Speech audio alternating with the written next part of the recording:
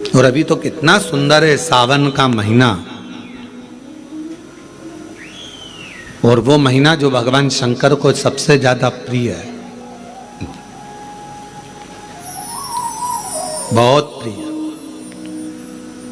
कारण मां सती, मां उमा, मां कात्यायनी, मां कुष्मांडा, मां स्कंदा, मां महागौरी, जितनी जितनी माता पूर्व में हुई हैं, जो शिव जी के साथ में ब्याही हैं, शिव को जिन्होंने अपना बना लिया था, उन सभी माताओं ने सावन के महीने में शंकर भगवान को प्राप्त किया था। और शिव जी ने सावन के महीने में ही उनको अपना बना लिया था। और ये बात भगवान शिव ने स्वयं कही। स्वयं भगवान शंकर स्वयं नंदी से ये बात कहते हैं, नंदी मुझे श्रावण अति प्रिय है। नंदी ने पूछा क्यों, तो कहा इस श्रावण के महीने में मेरी अर्धांगिनियां मुझे भजती थी, उनको मैंने स्वीकार किया था। और यही सावन के महीने में चराचर जीव, आप देखिएगा गर्मी के समय में छोटे छोटे जो जीव जंतु सब, जितनी गर्मी पड़ती है सब मर जाते हैं। बोलो मरते कि नहीं मरते? अभी बारिश चालू हो गई, बारिश चालू हो गई तो तुम्हारे घर में ऐसे बारीक बारीक नए नए डिजाइन के कीड़े मिलेंगे, और तुम सब टेंशन में रहती हो उस कीड़े के चक्कर में। वो घुस गया, वो वहां से आ गया, ये छोटा सा, इतनी डिजाइन का, उनकी पीठ का कलर अलग देख लो, उनके पंख का कलर अलग देख लो, उनकी इल्लियों को, छोटी छोटी इल्लियों को अलग से देख लो, केचुआ देख लो, केचुआ की भी वैरायटी अलग है, कोई सफेद केचुआ, कोई काला केचुआ, कोई गुलाबी केचुआ, कोई कत्था, कितनी डिजाइन। 83,99,999 योनिया, और उसमें आखिरी योनि ये 84,00,000वीं मनुष्य की योनि। अब इतनी योनियां, और तुम्हारे घर में भी आसपास तुम देखना कितने सारी योनियों को देख लोगे, चीटा को, और चीटे की भी एक डिजाइन आ जाती है। सावन में आते आते चीटे में भी पर आ जाते हैं। अब तुमने देखा कि नहीं देखा वो हमको नहीं मालूम है भैया, देखा है तुम लोगों ने? और जितने आस्था चैनल पर सुन रहा है, सावन में चीटे में भी पर आ जाते। दया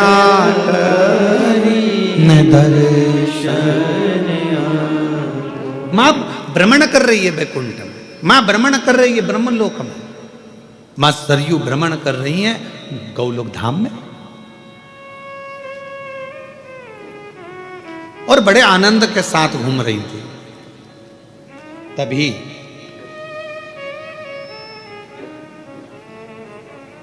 वशिष्ठ बाबा ने देखा कि भूमंडल पर जीव पाप से ग्रसित हो रहा है, और इस पाप से ग्रसित व्यक्ति के जीवन में यदि एक बार भी कोई ऐसे स्वरूप का दर्शन हो जाए कि जिसके दर्शन करते से ही जीवन के सारे पाप नष्ट हो जाएं, तो वो कौन हो सकती है? अब वशिष्ठ बाबा ने तप किया, और वशिष्ठ ऋषि ने तप कर कर, वशिष्ठ बाबा जब तप करने लगे, ब्रह्म ऋषि वशिष्ठ जी जब तप करते हैं, और तप करते करते उनके ध्यान में आया कि एक है भगवान नारायण की पुत्री, मानस पुत्री सरयू, जिसका केवल स्वरूप का भी अगर कोई दर्शन कर लेगा तो उसके पाप संचित समाप्त हो जाएंगे। ऐसी सरयू को जाना, सरयू शायद इस प्रसंग को आस्था चैनल पर और शायद सोशल मीडिया पर पहली बार कोई इस चरित्र का स्मरण कर रहे होंगे, मां सरयू के प्रागट्य का, मां सरयू के पृथ्वी पर आने का।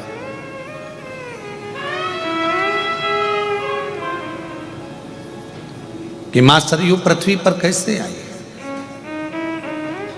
और संपूर्ण को आप लोगों के लिए ये पितृपक्ष का सबसे सुंदर आनंदमय कथा प्रसंग है,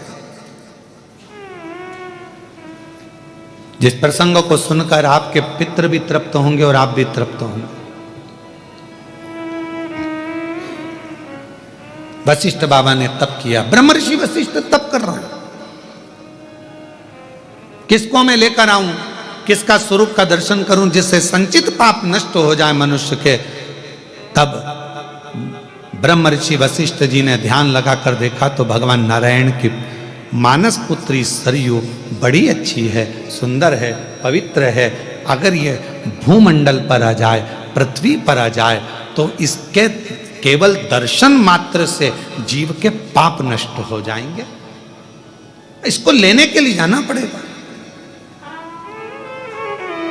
मां सरयू को लेने के लिए जाना पड़ेगा। वशिष्ठ जी ने अपने मन में विचार कर लिया और वशिष्ठ बाबा चल दिए मां सरयू जी को लेने के लिए। सबसे पहले पहुंचे ब्रह्मलोक, ब्रह्मलोक में मां सरयू जी नहीं थी। फिर पहुंच गए इंद्रलोक, इंद्रलोक में मां सरयू जी नहीं थी। गरुण वरुण पितृ सारे लोकों में भ्रमण करते करते वशिष्ठ बाबा आखिरी में बैकुंठ लोक पहुंच गए, जहां पर मां सरयू विराजमान थी। और भगवान नारायण से स्वयं वशिष्ठ बाबा ने कहा, प्रभु ये सरयू को संसार की मुक्ति के लिए, संसार के उद्धार के लिए और मात्र स्वरूप के दर्शन के लिए इस मां सरयू जी को पृथ्वी पर भेज दो, जो आपकी मानस पुत्री है। भगवान नारायण ने जगत कल्याण के लिए, जगत उद्धार के लिए सरयू जी को पृथ्वी पर भेजने को तैयार।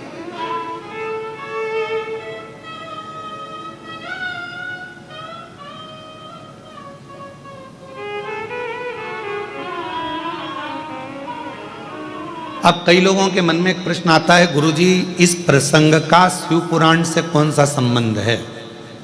तो हमारा निवेदन है, शंकर भगवान का एक स्वरूप का दर्शन इस चरित्र के अंतर्गत आएगा। आप थोड़ा ध्यान से श्रवण करिएगा।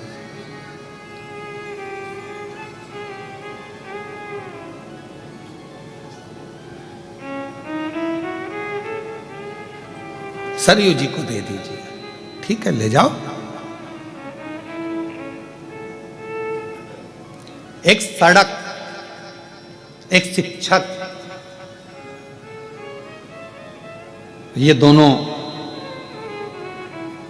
जहां हैं वहीं रहते हैं, पर इनके पास आने वाले को ये मंजिल तक पहुंचाते रहते हैं। कौन कौन? जम के बोलो जरा। सड़क और शिक्षक। शिक्षक वही नौकरी कर रहा है, स्कूल में पढ़ा रहा है, उसको वही तनख्वाह मिल रही है, 25,000, 50,000, 30,000, 20,000 जो उसको मिलती है, उससे हमें कोई मतलब नहीं। पर शिक्षक वही है, शिक्षक वही पहनावा पहन रहा है, वही पैंट, वही शर्ट, वही साधारण सा जीवन जी रहा है। और शिक्षक वही है, वही 25, 30, 10, 20 हजार रुपये महीना कमा रहा है, 40, 50 हजार रुपये महीना कमा रहा है। पर वो शिक्षक के पास जो जाता है, शिक्षक वही रहता है, पर शिक्षक अपनी शिक्षा के माध्यम से अपने शिष्य को कहीं कलेक्टर, कहीं एसपी, कहीं डीएसपी, कहीं कमिश्नर बना देता है। वो वही है, पर उसके जो शिष्य हैं वो उच्च पद पर पहुंच जाते हैं, उनको उनकी मंजिल मिल जाती है। सड़क का काम भी यही है, रोड का काम भी यही है। सड़क क्या करती है? सड़क वहीं पर है। सड़क कहीं कहीं क्या है? बैरुल की सड़क बैरुल में है, अमरावती की अमरावती में है। सड़क कहीं कहीं क्या, पर उस सड़क पर अभी वो हमारा वो हितेश कह रहा था, कौन सा एक्सप्रेस बना है नारखेड़े जी? हाँ, समृद्धि एक्सप्रेस बना। तो वो बोल रहे थे हितेश, कहने लगे गुरुजी एक समृद्धि एक्सप्रेस बना है। तो मैंने कहा कहाँ है? तो कहा वो नागपुर से ऐसा गया मुंबई के लिए और बहुत अच्छा बना। हमने कहा रोड गई क्या? तो कहा नहीं गुरुजी रोड तो वही है, बस मंजिल गई है, केवल मंजिल गई, रोड वही है। रोड और शिक्षक वहीं रहते हैं, कहीं नहीं जाते। उसी स्कूल में नौकरी करना है उसको, सड़क को वहीं रहना है बैरुल में, सड़क को वहीं रहना है जलगांव में, सड़क को वहीं रहना है अमरावती में, पर उस पर जो चलता है वो अपनी मंजिल तक पहुंच जाता है। शिक्षक के पास जो आता है वो अपनी मंजिल तक पहुंच जाता है। कोई एसपी, कोई कमिश्नर, कोई कुछ बन जाता है उच्च पद पर। आप और हमको पढ़ाने वाला कोई शिक्षक ही तो है ना, जो आज आप और हम इस जगह पर बैठे हुए हैं। और कभी कभी वो शिक्षक मिलता है जिसने पढ़ाया, तो आप क्या देखते हो? वो वही है, वो वही है, वो वही साधारण जीवन जी रहा है, ट्यूशन पढ़ा रहा है, रिटायर हो गया पर पढ़ा रहा है, वो वही है। और आप और हम कहाँ पहुँचे? तो कहा कोई कलेक्टर बना, कोई आईजी बना, कोई कमिश्नर बना, कोई तहसीलदार बना, कोई इंस्पेक्टर बना, कोई पटवारी बना, कोई ये बना, कोई वो बना, सब उच्च उच्च पद पर पहुंच गए और वो शिक्षक वहीं की वहीं रहा, रोड वहीं की वहीं रही। उसी रोड पर चलकर लोग कृष्णेश्वर पहुंच जाते हैं और उसी रोड पर चलकर लोग रामेश्वर पहुंच जाते हैं और उसी रोड पर चलकर लोग सोमनाथ पहुंच जाते हैं। रोड नहीं बदली, ना शिक्षक बदला, पर मंजिल शिक्षक ने भी दी है और रोड ने भी दी है। आज वशिष्ठ बाबा क्या कर रहे हैं?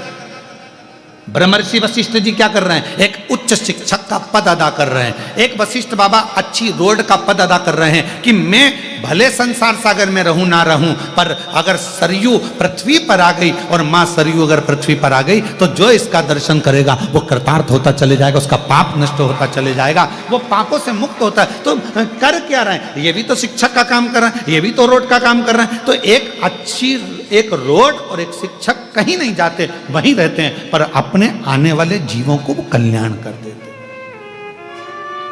शिव महापुराण की कथा क्या कर रही है? आप श्रवण कर रहे हैं, आप सुनेंगे, अपने जीवन में धारण करेंगे। जो आपने बाबा से मांगा इस पवित्र पितृपक्ष के आनंदमय इस ऑनलाइन कथा में, अपने घरों में रहकर, पंडाल में रहकर, जहां कहीं भी आप इस कथा को श्रवण कर रहे हैं, सोशल मीडिया के माध्यम से, आस्था चैनल के माध्यम से, आप जहां बैठकर बाबा से अपने दिल की बात कहोगे, ये मेरा विश्वास कहता है मेरा शंकर उसी स्थान पर आकर आपका कल्याण करेगा, झोली भरेगा और आपने जो मांगा वो देगा।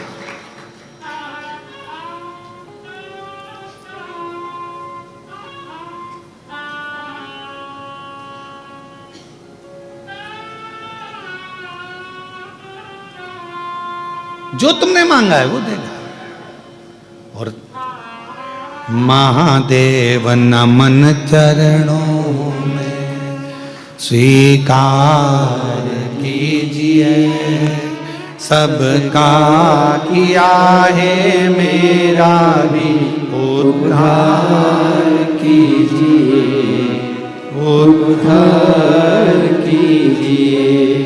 है त्रिपुंडधारी, है त्रिशूलधारी, है त्रिपुंडधारी, है त्रिशूलधारी।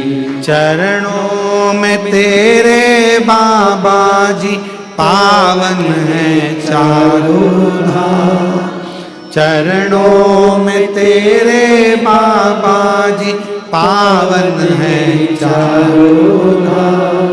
तेरी देव करते वंदना पूजे सीताराम, तेरी देव करते वंदना पूजे सीताराम।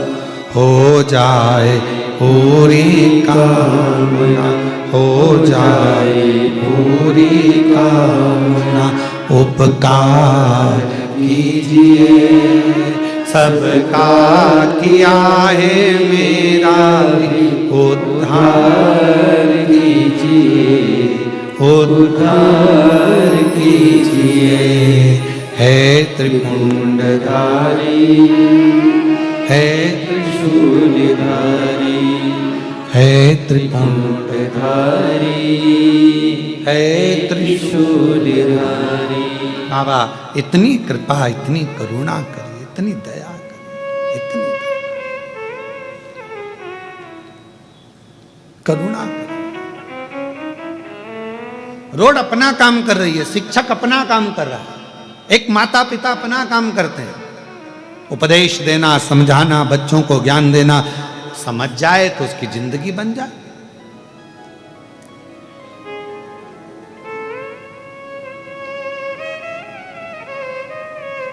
पर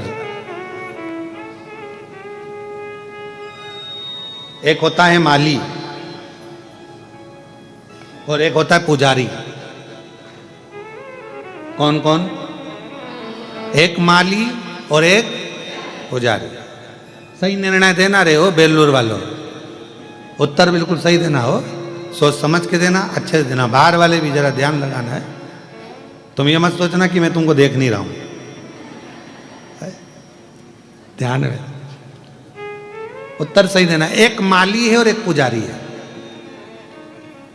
माली का काम क्या है? पौधा लगाना, जल डालना, खाद डालना और उसमें अच्छे अच्छे फूल उत्पन्न करना, ठीक है। पुजारी का काम क्या है? फूल लाना, तोड़कर भगवान की माला बनाना, श्रृंगार बनाना, भगवान को पूजन करना, श्रृंगारित करना, ठीक है। अब उस फूल का सबसे ज्यादा पुण्य माली को मिलेगा कि पुजारी को मिलेगा? है माली को। बहुत बढ़िया, नजर उतर वाले ना, बिल्कुल सही बोल रहे, बिल्कुल सही बोले। किसको मिलेगा? माली को। क्यों? क्योंकि माली ने उस फूल को अपने पुत्र की तरह रखा है। पहले बच्चा की तरह पहले पौधा लगाया, पौधा लगाकर उसको धीरे धीरे बड़ा करा और धीरे धीरे बड़ा करने के बाद में वो जो फूल है उसको संजोया, संजोने के बाद उसको फिर वो लेकर चला। वो एक गाने की लाइन याद आ गई, भंवरे ने खिलाया ले गया राज, भंवरे ने खिलाया फूल को ले गया राज। और कभी कभी एक प्रसंग इसके साथ में जुड़ा हुआ भी याद आता है। एक प्रसंग बड़ा सुंदर याद आता है कि एक भंवरे ने एक गोबर के कीड़े से कहा, क्या दिन भर गोबर में पड़ा रहता है, चल मेरे साथ में तुझे लेकर चलता हूँ, अच्छे अच्छे फूलों में तुझे ले जाऊंगा। गोबर का कीड़ा बोला, यार कहाँ मैं जाऊंगा, तू मुझे कहाँ लेकर जाए? नहीं चल मैं तुझे घुमा के लेकर। और भंवरे ने गोबर के कीड़े को उठाया और उठाकर एक फूल में ले जाकर रख दिया। अब कैसी लगी सुगंध? अरे बहुत जोरदार, आनंद आ गया, बड़ी प्रसन्नता हो गई, खुश हो गया। अब तू फुल एंजॉय कर यहाँ पे। हो भंवरा तोड़ के चले गया, रात को फूल बंद हो गया। अब गोबर का कीड़ा उसमें फंस रह गया उसी के अंदर। अब इतने में किसी ने उस फूल को तोड़ लिया, तोड़कर मंदिर में ले गया, भगवान के चरणों में उसको चढ़ा दिया। सवेरे वो फूल खिल गया, चढ़ा हुआ, उसमें से गोबर का कीड़ा निकला, वापिस उस फूल में चला गया। मंदिर में चढ़ा हुआ फूल दूसरे दिन निर्माल्य बन गया, उसको किसी ने उठाया, गंगा जल में ले जाकर विसर्जन कर दिया। भंवरा उड़ते उड़ते नाली उस गोबर के कीड़े के पास आया, कहाँ है मेरा दोस्त, कहाँ है माय बेस्ट फ्रेंड, कहाँ है? ढूंढता ढूंढता ढूंढता ढूंढता और उस गोबर के कीड़े के पास पहुंच गया, गंगा के जल में वो फूल पर था। उस कीड़े से पूछा, भाई तू कैसा महसूस कर रहा है? गोबर के कीड़े ने कहा, तेरा जैसा दोस्त अगर किसी को मिल जाए तो गोबर में से निकालकर गंगा तक पहुंचा देता है, गोबर में से निकाल कर गंगा तक पहुंचा देता है। कोई ऐसा सदगुरु हमारी जिंदगी में भंवरे की तरह आता है, भ्रमर करता करता करता करता हम संसार के उसी गोबर में पड़े हुए हैं, काम आसक्ति वासना लोभ तृष्णा झूठ प्रपंच सब में फंसे हुए हैं। उसमें से एक कोई सदगुरु भंवरे के रूप में आएगा, तुम्हें निकालेगा, कहीं कथा में ले जाकर बिठा देगा, मन लगेगा, फिर धीरे से तुम्हें शिव जी के मंदिर तक पहुंचा देगा, एक लोटा जल चढ़ाने में लगा देगा, एक लोटे जल चढ़ाते चढ़ाते एक दिन तुम्हें परमात्मा की शरणागति का सुख दिला देगा। वो समझ लेना कि कोई मिला जिसने हमें परमात्मा तक भेज दिया। और भंवरे ने खिलाया ले गया राज, भंवरे तू के नाना भूल भूल मेरा हो गया इधर, भंवरे ने खिलाया फूल फूल को ले गया राज। अब ये भंवरे के भीतर वो गोबर का कीड़ा जो लगा, गोबर का कीड़ा जो गया, गोबर के कीड़े के कितने प्रसन्नता होगी कि मैं कभी जिंदगी में गंगा के जल में जाता क्या, कभी मैं गंगा जल तक पहुंचता क्या। पर अच्छी मित्रता, अच्छा दोस्त, अच्छी संगत, अच्छे व्यक्ति तुम्हें अच्छाई की ओर ले जाकर छोड़ देता। पर गोबर के कीड़े में कम से कम एक अकल तो थी कि वो वापस गोबर में नहीं आया। नहीं तो आज के व्यक्ति को कितना, अभी एक जगह पर हम गए थे, वहाँ पर वो नशा मुक्ति केंद्र, हम अभी कथा करने हैदराबाद गए तो कहा गुरुजी ये 5 मिनट के लिए आना है, तो हम गए वहाँ नशा मुक्ति केंद्र में। तो हमने उनसे पूछा क्यों ये सबकी छूट गई? कि हाँ गुरुजी आधों की छूट गई, आधों की छूटने वाली। अच्छा, हमने कहा ठीक है, जिनकी छूट गई उनको मिला दो हमसे। हमने कहा भैया कहाँ से आए हो? तो कोई कहा कि हम बीजापुर से आए हैं। अच्छा ठीक है। फिर कोई बोला वहाँ से, हमने कहा ठीक है, छोड़ दी।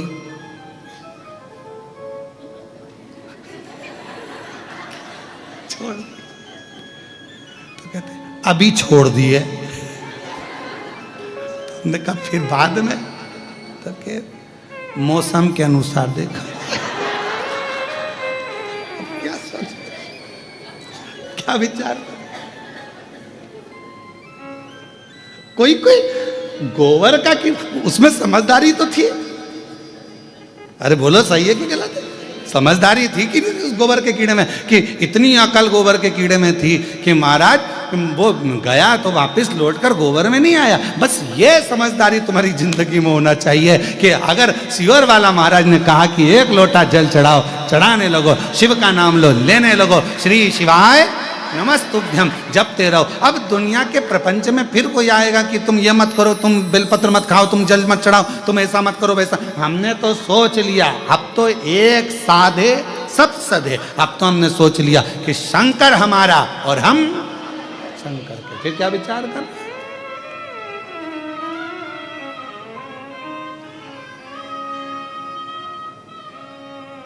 एक भजन का पर्चा यशराज पंडित जी के पास होगा दिया, तो वो एक जो हम सोच लिए, जो हम विचार कर लिए, जो हम मन में सोचे विचार कर, तो महाराज शिव कथा कर रही है और मैंने तेरे ही भरोसे बाबा, तेरे ही भरोसे हवा बिछ उड़ती जावांगी, बाबा डोर हर तो छड़ी ना में कटी जावांगी। ओ भोले मैं तेरी पदम शंभु मैं तेरी पदम हवा बिच उड़ती जावांगी, बाबा डोर हर तो छड़ी ना में कटी जावांगी। तो रोड का काम है और शिक्षक का काम है। उन्होंने आपको मार्ग दिखाया, सत मार्ग दिखाया। अब आपके ऊपर निर्भर करता है कि आप क्या ग्रहण करो। ये आपके ऊपर निर्भर करता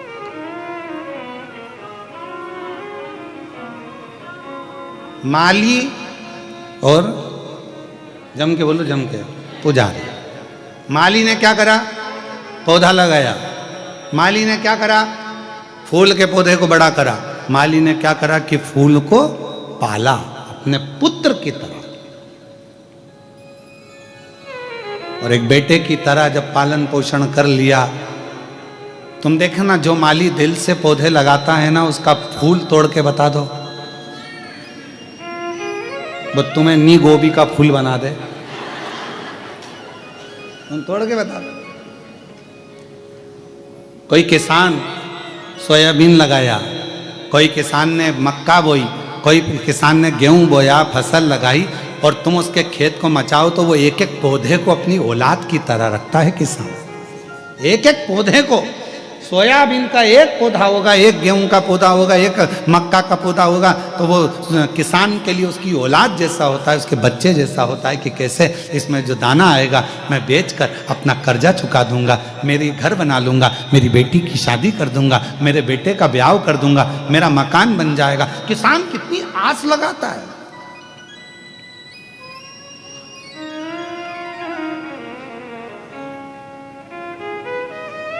एक किसान कितना सोचता है कि वो जरा सा सोयाबीन आएगा ना, मैं इतना इतना कम, तो उसने आस जोड़ कर रखी, उसने विश्वास जोड़ कर रखा, विश्वास रखा।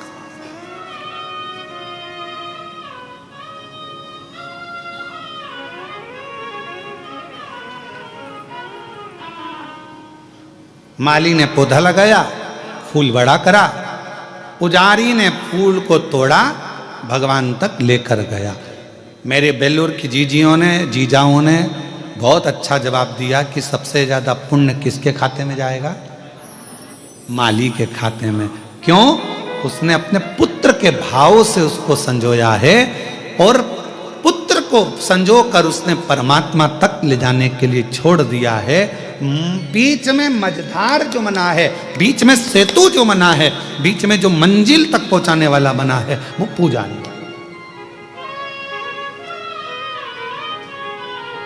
तो एक संत, एक साधु, एक सन्यासी, एक तपस्वी, एक कथाकार, एक गुरु अपनी जिंदगी में माली का काम करता है, तुम्हें पोष कर बड़ा कर कर परमात्मा तक पहुंचाने का एक लक्ष्य निश्चित कर देता है, और तुम्हें वो परमात्मा तक पहुंचाने का प्रयास करता है। जैसे ब्रह्मर्षि वशिष्ठ जी सरयू जी को लेकर आना चाहते हैं, भगवान नारायण से कहा कि मैं सरयू को ले जाना चाहता हूं। क्यों? भगवान विष्णु ने पूछा, ये मेरी मानस पुत्री है, तुम इसको करोगे क्या? क्यों लेकर जा रहे हो? पृथ्वी पर क्या काम आएगी? तो ब्रह्मर्षि वशिष्ठ बाबा ने कह दिया कि मैं इनको इसलिए लेकर जा रहा हूं कि संसार के लोग इनका दर्शन कर कर अपने पापों को त्याग दें, पापों से मुक्ति मिल जाए।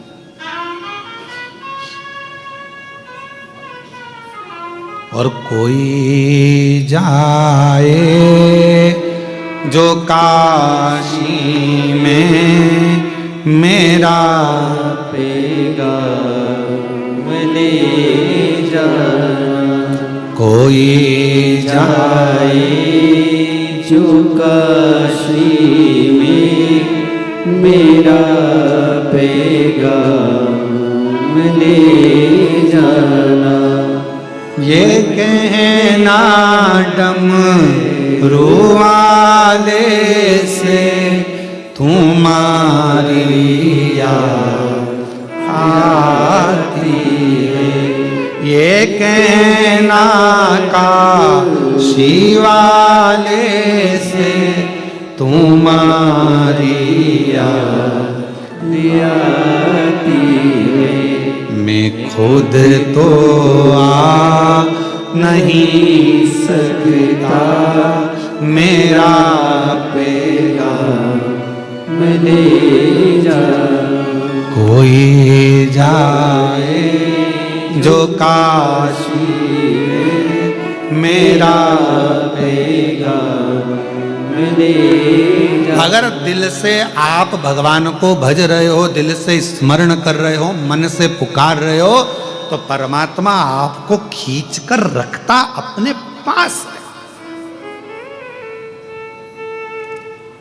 ये सोपान दत्तात्रेय जी नारखेड़े बैठे हैं अपनी धर्म पत्नी जी के साथ में, सुलभा जी के साथ, और हमारे ये श्री राजेंद्र आनंद राव पाटिल जी बैठे हैं अपनी धर्म पत्नी ज्योति राव पाटिल जी के साथ, या ज्योति जी के साथ।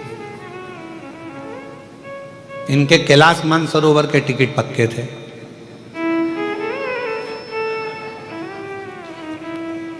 हमसे 3 दिन से लगे थे पीछे, गुरुजी 9 तारीख हो गई, हम 12 को चले जाएंगे। फिर बोले गुरुजी 10 तारीख को, फिर बोले हम 11-12 को चले जाएंगे। 11 तारीख को फिर बोले हम 12 को चले जाएंगे। आज कितनी है? आज कितनी है? अब हमने कहा हमने इनको नहीं रोका, क्योंकि हम रोक लेते तो इनका जो बेचारा कैलाश मानसरोवर का टिकट कोई कम में होता है, पैसा कितना लगता है मानसरोवर जाने के लिए, है? कोई हमसे कहे गुरुजी तुम कैलाश मानसरोवर चलो, भैया हमारे पास इतना नहीं, हम नहीं जाएंगे, पहन देते तो कैलाश मानसरोवर जाने में कोई पैसा कितना लगता है, विचार करो।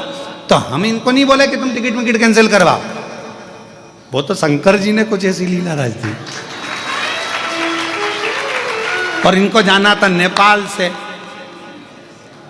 और नेपाल तो पूरा भगवामय हो रहा है।